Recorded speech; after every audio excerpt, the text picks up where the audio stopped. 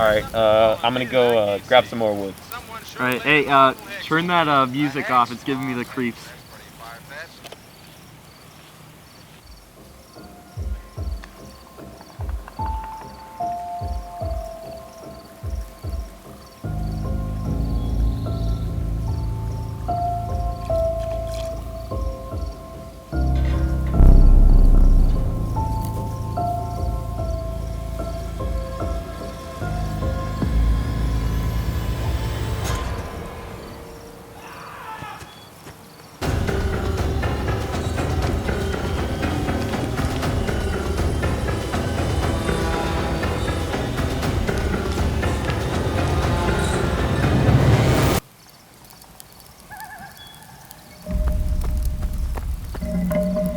What's going on, bro?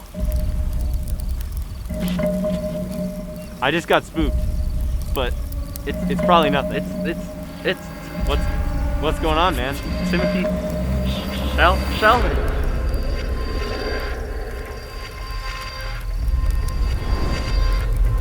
What's up, guys? It's like super surreal to be here.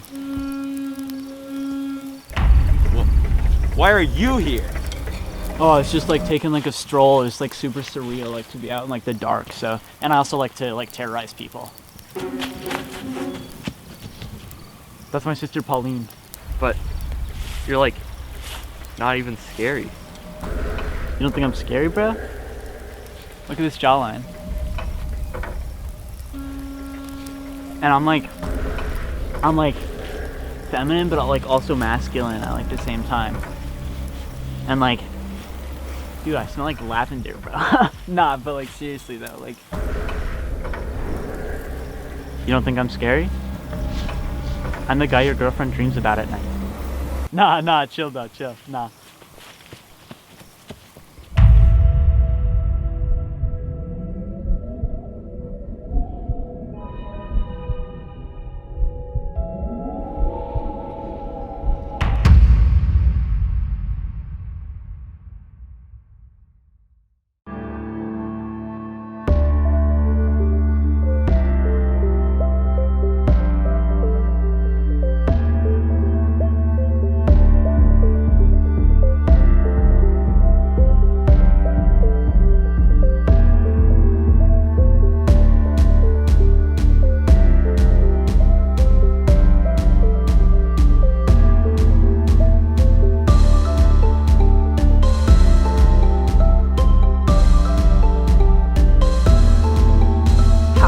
I'm Alexa.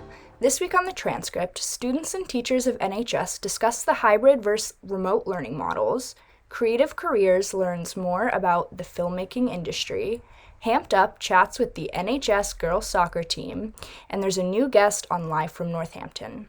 Stay tuned till the end of the episode for updates on Theatris Youth Commission.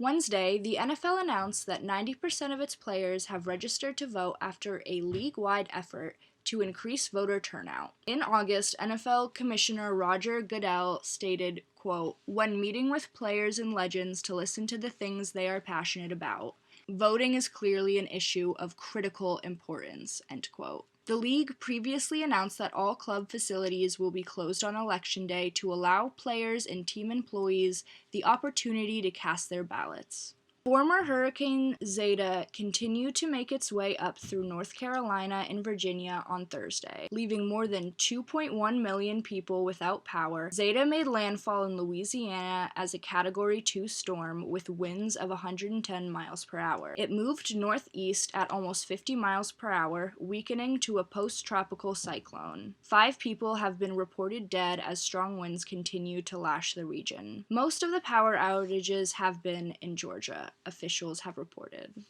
Last Tuesday, the Pandemic Response Team and Joint Labor Management Committee decided that Northampton School District should move to a hybrid model. Under the proposed model, the district's youngest students will be given the priority for in-person learning, followed by middle school and high school students in the months to come. Many of us have been wondering, what does a hybrid model look like and how will it impact the NHS community? We spoke to Muriel Phelan to get insight on how remote learning has affected her studies and other aspects of her education. I actually do find it kind of tricky to kind of stay tuned in sometimes, even in classes that I've normally typically really enjoyed. So I think this is definitely like more of a conscious effort to try and stay engaged that you wouldn't normally get when you're in class because you're not right there in it. So I think that's definitely significantly impacted at least my experience. I also think that we've also kind of opened up the door to like kind of a new way of learning, which I think is really cool because, you know, now teachers are kind of having to do all of this new interactive stuff online. I think some challenges that hybrid learning will pose, I guess, is that some students will have to stop seeing certain family members if we do go back to school part-time. But I think if students choose not to go back, that we are missing a lot of that direct in-person teacher to student interactions, which I think are really important. Superintendent John Provost stated in an email sent to Northampton educators, "From the data I presented last night, I know most of you would disagree with the path we are now on. I heard and saw many of you speak in opposition to this decision. I also heard some of you speak in the support of the transition. I want you to know that I respect your feelings and opinions, whatever they may be. Most of all, I want you to know that I respect you as a colleague." We spoke to Ms. Fontaine, one of our NHS educators, as well as a member of the Board of Education, to get a teacher's perspective on the matter. Fear for the impact on educators is the same fear that I have for students, and it's 100% related to health and safety. I mean, unfortunately, in my family and in my friend group, I think my last count was 14 people that had COVID with symptoms. That's not the asymptomatic ones. And there have been 3 deaths of people that I know, 2 of which had no pre-existing conditions. And so my fear is that people are going to get sick, or that people are going to have really long-term health effects. And, you know, a lot of people don't think the virus is that big a deal, and they're certainly entitled to their opinion. I have a different opinion. And so across the board, I'm worried about the stress level the stress level of living in a pandemic is unbelievable. And we're going to see the effects, I think for years to come. But I'm afraid for safety for staff and students. Thank you so much for watching. Make sure to follow Devil's Advocate on NHS for more NHS pandemic updates. Our transcript team recently reviewed this Hamped Up footage. We must warn you, viewer discretion is advised.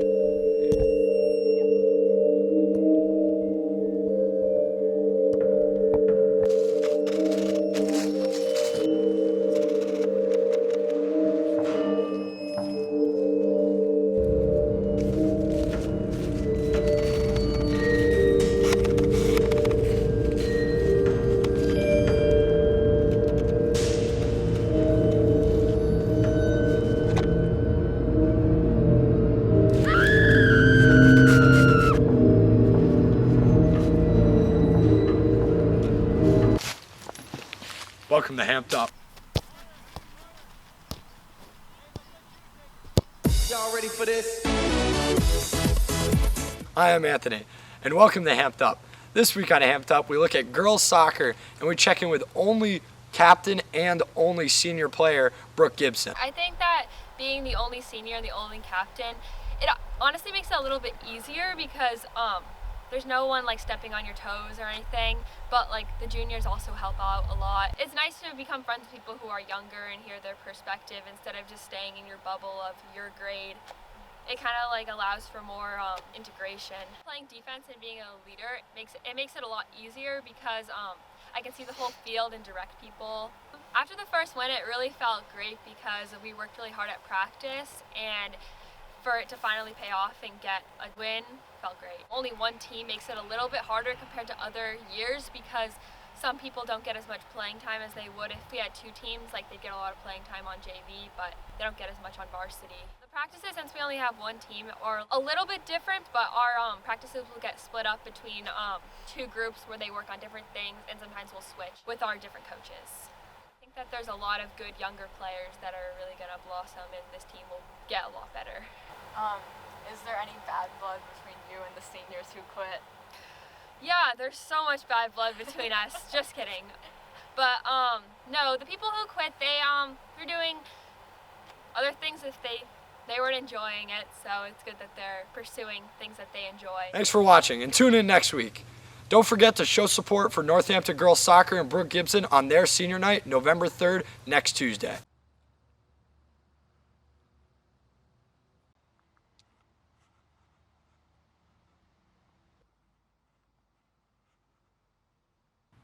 Hello, my name is Gabe, aka Dome Lettuce, and I am a senior at Northampton High School. Today I will be performing a quick little verse I whipped up just for the transcript. Dome Lettuce in the garden in Child's Park for the transcript. Let's get into it.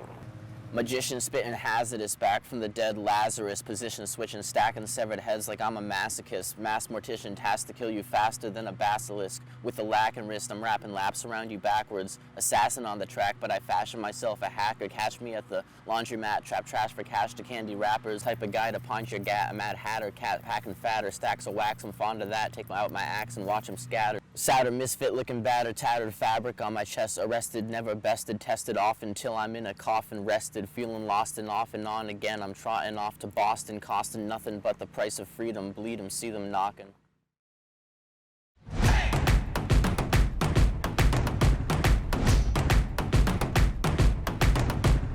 Welcome back to Creative Careers. This week we sat down with RJ Cutler, an Emmy Award-winning documentary filmmaker, to talk to him about his career. We also sat down with Jasper Fletcher, an aspiring filmmaker, to ask him about filmmaking and where he would like to take it in the future. I'm RJ Cutler. I'm a filmmaker, producer, director. I mostly make documentary films and TV series, but I also do scripted stuff. And before I was a documentary filmmaker, I was a theater director and producer. I've had a journeyed career, but I've been doing this for a long time. I've been doing this really since 1992. Even in elementary school, I directed plays, and I also always wrote or worked on or ran the school newspaper. And really what I do now as a documentary filmmaker kind of combines both of those things. It's storytelling about the real world, and it's also, you know, dramatic and theatrical and performance in a way. My name is Jasper Fletcher. I am a senior at Northampton High School, and I am an aspiring filmmaker. Filmmaking has always been a part of my life since I was like a kid. I made iMovie trailers all the time with my siblings, and I think it wasn't until recently that I figured out that that was actually something I wanted to do. When I was in high school, we did shows at this place called Levels, and there were these documentaries that I would see every once in a while. There were like 3 or 4 films, like this film, Give Me Shelter, and another film called Don't Look Back, and a movie called Harlan County, USA. And I just remember seeing them at various points and thinking, oh, I bet I end up doing that. When I was about 27, 28 years old, I had an idea to make a film which was about Bill Clinton's first presidential campaign. And so a friend and I produced it. I kind of left all the other things I was doing behind and became a documentary filmmaker. Like for me, the most inspiring thing about filmmaking is that it allows me to take something that I'm feeling and create something that evokes that same feeling in someone else. It's like incredibly empowering to be able to see someone feel the way that you intend to make them feel through your art. And films are like the biggest jigsaw puzzles in the world. And some days it feels like every single piece of the jigsaw puzzle is like, or portions of the jigsaw puzzle are just black. You know, what gets you through it is the subject matter, is the story you're telling, is your desire to get it right, is your curiosity, your fascination with your subject. And I always advise people about this, you know, do your work. That's success. Do your work as well as you can. At the beginning of your career, you recognize that you're at the beginning of your career. You know, if you can do one thing a day that helps you build that career, that's great. Your idea of what success is going to change as you develop and as your career grows and all of those things. If I'm doing work that I believe in and that I'm doing it as well as I can, and that I'm working, you know, I'm fully committed, that's a good day. In the future, I don't really want to limit myself to just being a director or just being a camera operator, director of photography. I feel like I eventually want to be able to do both. I bet that the steps that it will take to get there will probably start with being more camera operator, assistant, and then eventually I definitely want to direct my own film someday.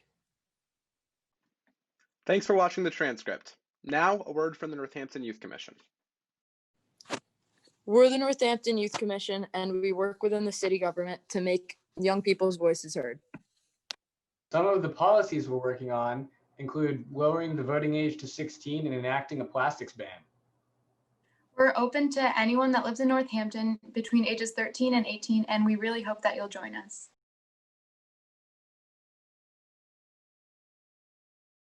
Still left the burn.